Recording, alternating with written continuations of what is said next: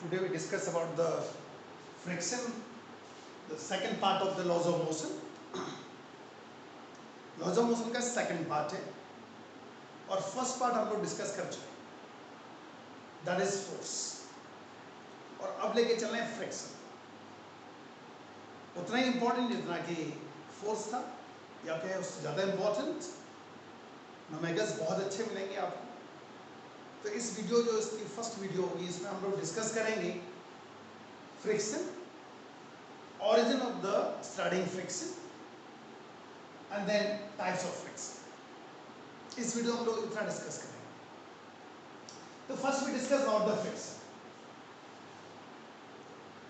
It is an opposing force comes into play when body slides or try to slides over the surface of another body, that is known as friction। कैसे? Like if the surface when body lying on the surface of the first body, if we apply the force, an opposing force comes into play, an opposing force comes into play, that is known as friction। So friction and opposing force comes into play when body slides or try to slide over the surface of another body, that is known as friction। तो अब लेके चल रहे हैं cause of friction. Friction के cause क्या क्या होंगे वो डिस्कस करें। तो सबसे पहले लेके चल रहे हैं हम लोग इसमें old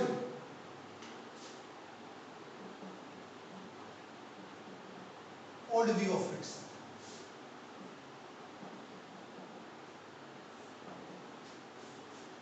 According to old view, the cause of friction is a roughness of the surface। According to old view, the cause of friction is a roughness of the surface। जो भी surfaces आप देखते हो वो स्मूथ नहीं हुआ करते, जो आप स्मूथ देखते हो वो भी स्मूथ नहीं होती। हाई रिजॉल्विंग पावर माइक्रोस्कोप से देखेंगे तो उसमें भी आपको इरेगुलरिटीज दिखेंगी। Suppose we consider here two bodies and these are the irregularities। The first body is the second body। When these two bodies come in contact, these irregularities of first body and second body, these irregularities of the first body interlocked with the second body, they interlocked each other। देखो ये interlock हो चुके, and if you want to slide the second body on the surface of other body, you have to break these interlocking। Body can slide only when you break the interlocked part, this part। So a lot of force is required। This applied force is the measurement of force of friction। It's according to old view। Is it clear? So according to old view, the cause of friction is a roughness of the surface। अगर surface is rough होंगी तो बहुत सारी irregularities होगी, और जब कोई दूसरी बॉडी या फर्स्ट बॉडी के ऊपर रखेंगे तो जो इरेगुलरिटीज है इंटरलॉक्ड हो जाएंगे, द इंटरलॉक। और अगर आपको सेकंड बॉडी फर्स्ट बॉडी को स्लाइड करानी है, a lot of force is required to break these interlocking. Is it clear? That's why according to old view the cause of friction is roughness of the surface. लेकिन साथ ही साथ कुछ limitations आ गई, old view की कुछ limitations आ गई। तो देखो क्या लिमिटेशंस है।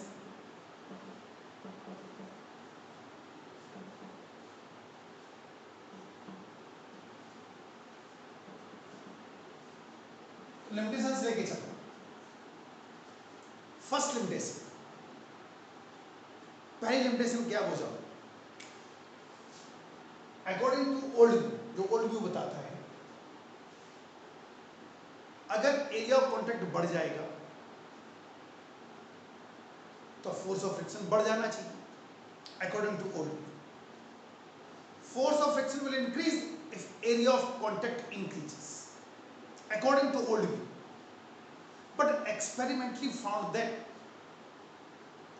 the friction does not depend on the area of contact. पहले लिमिटेशन आ गई. ओल्ड व्यू के अकॉर्डिंग जितना एरिया ऑफ कॉन्टैक्ट ज्यादा होगा फोर्स ऑफ फ्रिक्शन ज्यादा होगा, but experimentally found that frictional force independent of area of contact. ये limitation आ गई. तो एक लिमिटेशन होगी. सेकेंड लिमिटेशन ये आ रही भाई, अगर ओल्ड व्यू के अकॉर्डिंग देखें,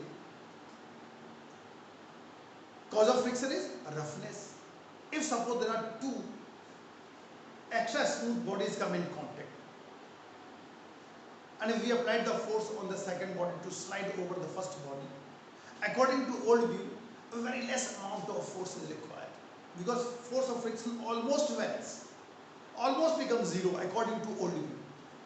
जब एक्स्ट्रा स्मूथ सरफेस लेके चलेंगे तो ओल्ड व्यू के according very small force is required, क्योंकि ओल्ड व्यू के according force of friction vanish हो जाना चाहिए, ऑलमोस्ट जीरो हो जाना चाहिए.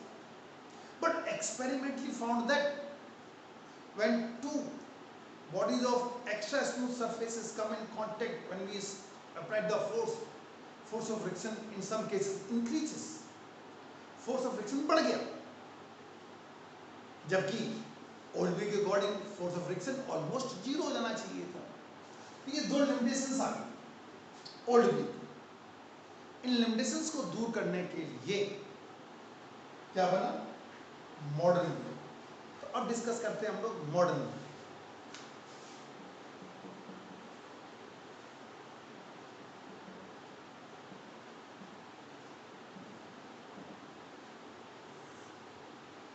Modern view of friction. तो मॉडर्न व्यू ने बताया कि अगर रफ सरफेसेस है,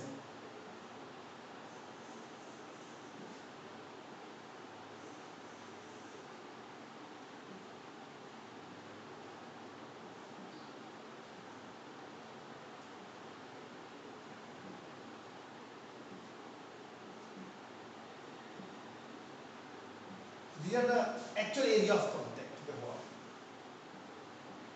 Is the actual area of contact.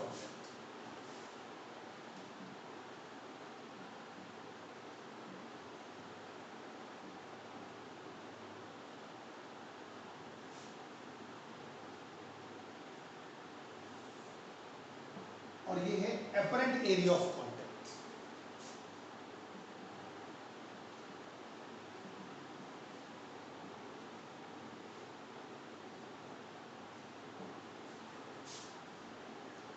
तो एक्चुअल एरिया ऑफ कॉन्टैक्ट बहुत कम होता है.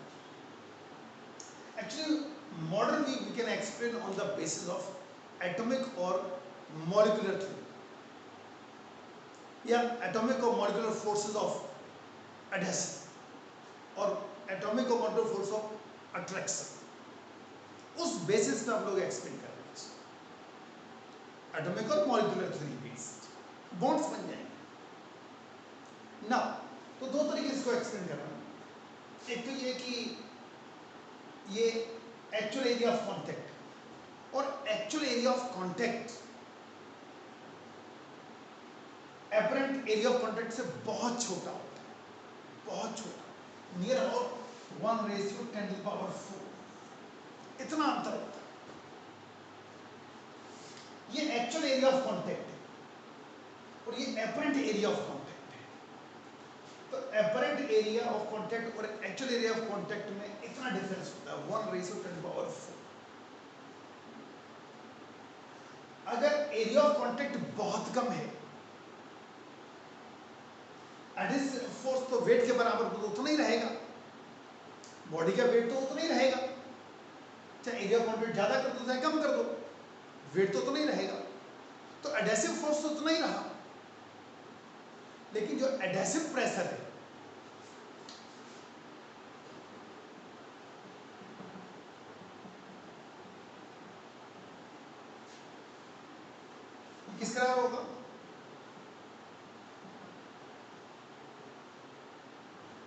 adhesive force upon area of contact.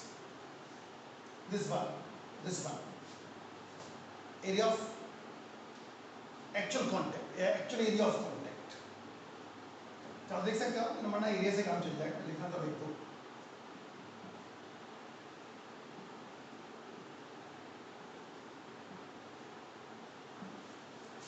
Adhesive force तो उतना ही है, लेकिन एक्चुअल एरिया ऑफ कॉन्टैक्ट बहुत छोटा है, तो एडहेसिव फोर्स क्वाइट लार्ज, बहुत ज्यादा हो जाएगा। एडहेसिव फोर्स बहुत ज्यादा हो जाएगा, ये प्लास्टिकली बेल्ड हो जाएंगे, डिफॉर्म हो जाएंगे प्लास्टिक, और उसको होते हैं कोल्ड बेल्डिंग। दे कोल्ड बेल्डिंग, क्योंकि लोड बहुत ज्यादा है, कांटेक्ट कम है, तो वो आपस में मेल्ट हो जाएंगे, plastically melt, plastically, not actually plastically melt, या कोल्ड बेल्डेड बोलते हैं, कोल्ड बेल्डिंग। जो आप देखते हो वो हॉट बेल्डिंग होती है, यहाँ पे क्या हो जाएगी, कोल्ड बेल्डिंग हो जाएगी।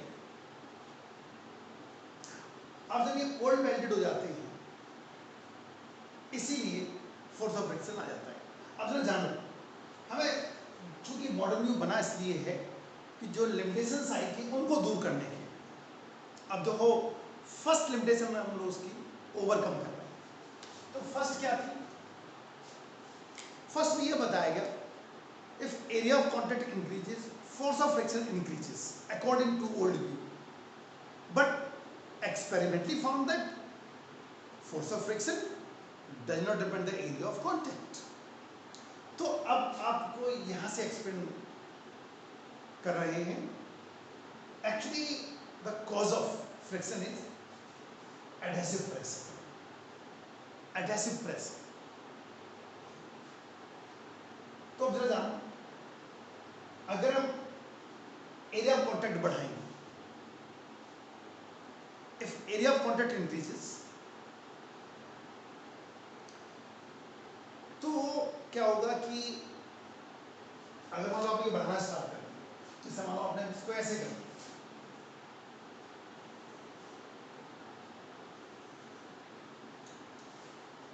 एरिया कॉन्टैक्ट बढ़ गया।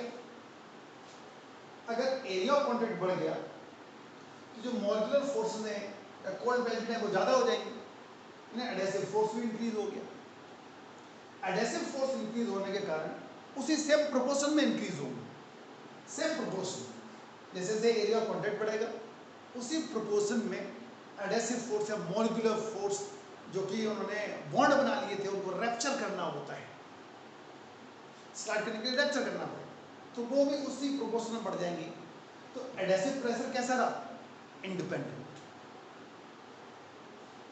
नीचे वाला बनाया है एक्चुअली एरिया ऑफ कॉन्टैक्ट, तो एडहेसिव फोर्स भी इंक्रीज हो गया, मतलब कोल्ड बेल्टेड ज्यादा हो गई, कोल्ड बेल्टेड ज्यादा हो जाएंगी जब एरिया बढ़ाएंगे, तो सेम प्रोपोर्शन में इंक्रीज होती है, इसलिए एडहेसिव प्रेशर कैसा रहा? अनचेंज्ड। और cause of friction is basically adhesive pressure. That's why the friction does not depend the area of contact. That's the reason. तो पहली लिमिटेशन यहां से क्लियर हो। अब सेकंड लिमिटेशन पे आ जाओ। जब आप सरफेस एरिया को स्मूथ करते चले जाओगे तो मॉलिक्यूल्स के बीच की डिस्टेंस डिक्रीज होना स्टार्ट हो जाती है। और आपने यहाँ पे थोड़ा सा स्मूथ करना स्टार्ट किया तो जो मॉलिक्यूल्स है उनके बीच की डिस्टेंस डिक्रीज होना स्टार्ट हो जाती है, बिकम क्लोजर, बिकम क्लोजर, और ऐसा होने पर एडहेसिव फोर्स इंक्रीज हो जाता है। एडहेसिव फोर्स इंक्रीज होने के कारण एडहेसिव प्रेशर इंक्रीज हो जाता है। एडहेसिव प्रेशर इंक्रीज होगा और आपको पता है कि cause of friction is basically adhesive pressure. तो एडहेसिव प्रेशर बनने के कारण फोर्स ऑफ फ्रिक्शन इंक्रीज हो जाता है जब सरफेस एरिया को आप स्मूथ करना स्टार्ट करते हैं। The reason the molecules come closer, so cold belted और बॉन्ड्स विल इंक्रीज, और बॉडी तभी स्लाइड होगी जब उन बॉन्ड्स को आप रैप्चर कर देंगे। then only they move. तो मॉलिक्यूल जब पास पास आ गए, उस केस में एडेसिव फोर्स इंक्रीज हो गया, जो फोर्स ऑफ अट्रैक्शन है, बॉन्ड्स के कारण जो फोर्स ऑफ अट्रैक्शन लग रहा है वो इंक्रीज हो जाएगा, और उसके इंक्रीज होने के कारण एडेसिव प्रेशर इंक्रीज हो जाएगा। इसीलिए सरफेस एरिया को स्मूथ करने के बावजूद भी फोर्स ऑफ फ्रिक्शन कम नहीं होता है। तो इस तरह ये मॉडर्न व्यू बना, और ये जो लिमिटेशंस थी ओल्ड व्यू को उनको दूर करने के लिए। Is it clear? और अब लेके चल रहे हैं हम लोग टाइप्स ऑफ फ्रिक्शन। तो type of friction, basically friction are of two types, static and kinetic friction. Static and kinetic friction, अब इन्हीं को हम लोग एक्सप्लेन करें। पहले के चले हम लोग static friction.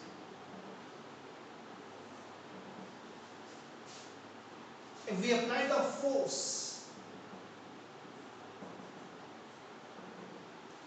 on the body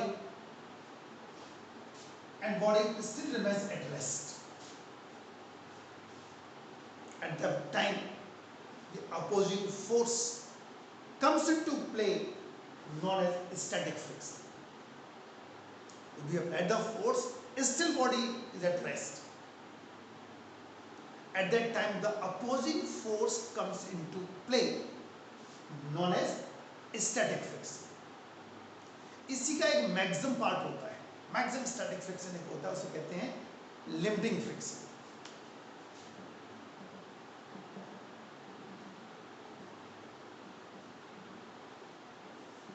limiting friction, the maximum opposing force comes into play when body just begin to slide, just begin to slide. अगर आपने थोड़ा सा ही फोर्स, अप्लाइड फोर्स इंक्रीज कर दिया तो बॉडी स्लाइड करना स्टार्ट कर दे। This maximum opposing force comes into play when body just begin to slide, known as limiting friction. इधर limiting friction clear? Maximum opposing force comes into play, that is known as limiting friction. जैसे for example कि experimentally हमने ये पता किया कि opposing force 5 Newton है, ठीक, और ये सेल्फ एडजस्टिंग फोर्स होता है। एक्चुअली स्टैटिक फ्रिक्शन लेके चल रहे हैं the self adjusting force. Friction force कभी भी अप्लाइड फोर्स से बड़ा नहीं हो सकता, because the cause of friction is applied force. The origin of friction is the applied force. अगर फोर्स आप नहीं लगाएं तो फ्रिक्शन नहीं काउंट होता। तो फोर्स ऑफ फ्रिक्शन कभी भी अप्लाइड फोर्स से बड़ा नहीं हो सकता। That's why static friction is the self adjusting force. कैसे? मान लो 5 न्यूटन था इसकी वैल्यू, एक्सपेरिमेंटली कैलकुलेट करेंगे, और suppose you applied the force of 1 Newton, तो फोर्स ऑफ फ्रिक्शन क्या हो जाएगा? Only 1 Newton. सेल्फ एडजस्ट करने कैसे?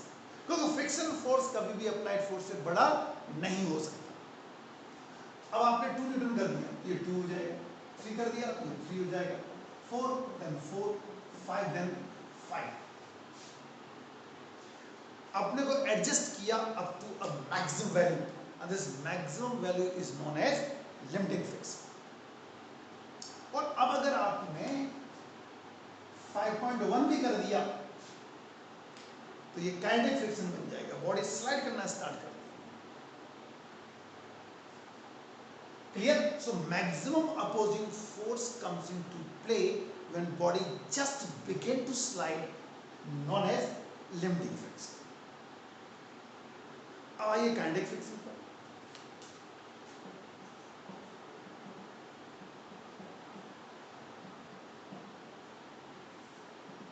Kinetic friction. The opposing force comes into play when body actually moves on the surface of another body. Body move कर रही हो उस टाइम जो opposing force लगेगा, that is known as kinetic friction. The opposing force comes into play when body actually is in motion.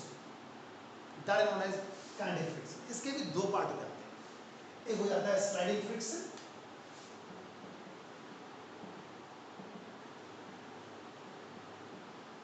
और दूसरा हो जाता है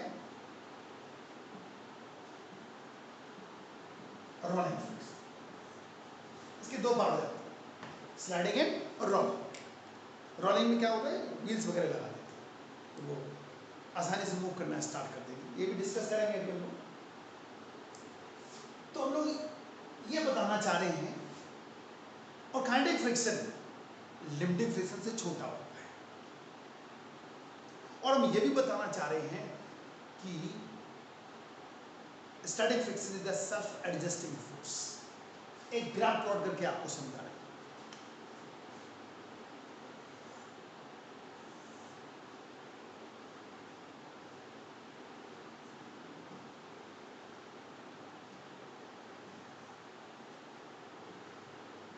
एक्स एक्सिस पे लेके चल रहे हैं हम लोग अप्लाइड फोर्स और वाई पे लेके चल रहे हैं फोर्स ऑफ फ्रिक्शन.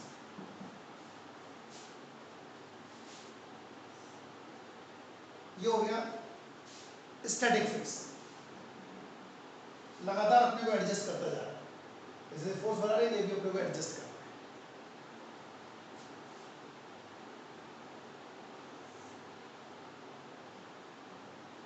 ये हो गया limiting friction. When body just begin to slide, maximum opposing force. ये कहलाएगा kinetic friction. ये kinetic friction. Kinetic friction is slightly less than the limiting friction. उसका रीजन, जब बॉडी रेस्ट में रखी हुई है तो उस टाइम दोनों सरफेस के बीच में बहुत ज्यादा मॉलिक्यूलर फोर्स लग चुका होगा, बॉन्ड्स बन चुके हों. और जब आप फोर्स लगाएंगे तो सबसे पहले आप जो बॉन्ड्स हैं उनको रैप्चर करना पड़ेगा. मैक्सिमम अपोज जो हो रहा है उसको आपको ब्रेक करना पड़ेगा. और जैसे आपने ब्रेक कर दिया एक बार, फिर बॉडी स्लाइड करना स्टार्ट कर दे तो इतना मौका नहीं मिल पाता कि उतने दोबारा से बॉन्ड्स बन पाए. इसीलिए बॉडी को स्टार्ट करने में ज़्यादा ताकत लगती है. जैसे फॉर एग्जांपल, अगर आप जैसे किसी का सेल्फ खराब हो जाए गाड़ी, तो बच्चे मोहल्ले को बुला के धक्का लगाया जाता है. तो स्टार्टिंग में बड़ा मुश्किल आती है इसको घुमा पाना. जब सारे तैयार हो जाएंगे, भाई एक साथ लगाना है फोर्स, तो वो 1 2 3 3 कहेंगे तो एकदम फोर्स लगा देना. 1 2 3 और लगाया. एक बार चक्का घूम गया अगर, उसका तो घुमा ले जाते हो उसको. लेकिन प्रॉब्लम आती है एक बार, कई बार तो यूं करना पड़ता है, धीरे धीरे यूं ट्रक करेगा और फिर लगाते हो उसको. क्योंकि जो मैक्सिमम अपोजिंग फोर्स है उसको आपने ब्रेक कर दिया, फिर आपने इतना मौका नहीं दिया कि इतनी जल्दी उतने बॉन्ड्स बन पाए. और इसीलिए फिर वो चलना स्टार्ट कर देती. दैट मींस काइनेटिक फ्रिक्शन, जब कार स्लाइड करना स्टार्ट कर, सॉरी रोलिंग करना स्टार्ट कर दे, चलना स्टार्ट कर दे, फिर जितनी ताकत आपने उसको पहली बार घुमाने में की थी, उससे कम में भी चलना स्टार्ट कर दे. ये शो कर रही है कि काइनेटिक फ्रिक्शन लिमिटिंग फ्रिक्शन से छोटा होता है. इसीलिए देखो ये ग्राफ है. ठीक ना. अब द रोलिंग फ्रिक्शन का कॉज ऑफ रोलिंग फ्रिक्शन.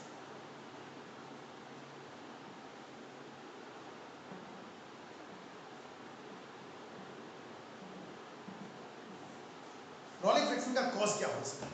आपको पता है कि व्हील्स लगाए जाते हैं. रोलिंग में हमेशा क्या लगा होगा? व्हील्स लगे. और व्हील्स लगे होने के कारण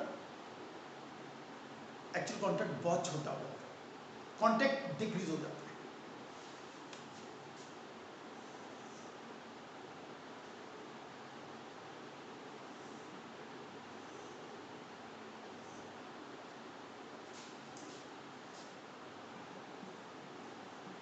कांटेक्ट डिक्रीज हो गया।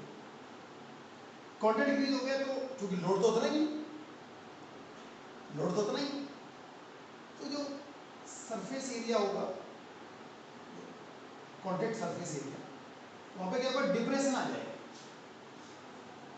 लोड ज्यादा है, कांटेक्ट कम है, तो डिप्रेशन हो जाता है। उस डिप्रेशन को ओवरकम करने के लिए जो अपोजिंग फोर्स आता है, that is the cause of rolling friction. Depression is the cause of rolling friction. और डिप्रेशन क्यों आता है? क्योंकि रोलिंग जब करा रहे हैं तो व्हील होता है एक्चुअली, वो व्हील का कांटेक्ट पार्ट अर्थ सरफेस से छोटा होता है। और इसी को तुमने देखा होगा, अगर टायर्स में प्रॉपर हवा भरी हो, प्रॉपर, तो फ्रिक्शन कम लगता है। अगर हवा कम है, टायर थोड़ा सा फैल जाएगा, ये ज्यादा हो जाएगा, ठीक। और अगर प्रॉपर इन्फ्लेशन होगा, उसमें प्रॉपर भरी होगी, तो उस केस में क्या होगा, रोलिंग आसान हो जाता है। इसलिए अगर टायर्स में प्रॉपर हवा होती है तो माइलेज अच्छा आता है, तो फ्रिक्शन रिड्यूस हो जाता है, थोड़ा सा और रिड्यूस हो जाता है, दैट द रीजन। तो cause of rolling friction is depression. ये डिप्रेशन आ जाता है, that the cause of rolling friction. इसको ओवरकम करना होता है। So these are the types of friction, static friction and kinetic friction. और स्टैटिक फ्रिक्शन में हमने दो पार्ट डिस्कस किए, स्टैटिक और लिमिटिंग फ्रिक्शन। तो लिमिटिंग फ्रिक्शन क्या था? Maximum opposing force comes into play when body just begin to slide. फिर हम लोग आए काइनेटिक फ्रिक्शन पर। काइनेटिक फ्रिक्शन के दो पार्ट हैं, sliding friction and rolling friction. When body actually in motion on the surface of the body, at that time the opposing force comes into play, that is known as sliding friction. और अगर wheel लगा दो उसके ऊपर तो role करना start हो जाएगा। At that time the opposing force comes into play when one body rolls over surface of another body, that is known as rolling friction. और इसीलिए फिर हमने एक ग्राफ बना के दिखाया आपको, काइनेटिक फ्रिक्शन स्टैटिक फ्रिक्शन से छोटा होता है या लिमिटिंग फ्रिक्शन से छोटा होता है। कॉज भी डिस्कस किया हमने। तो इस वीडियो में हमने ओरिजिन और ये सब चीज़ डिस्कस की। अगले में हम लोग अगली वीडियो में लॉज ऑफ लिमिटिंग फ्रिक्शन की सब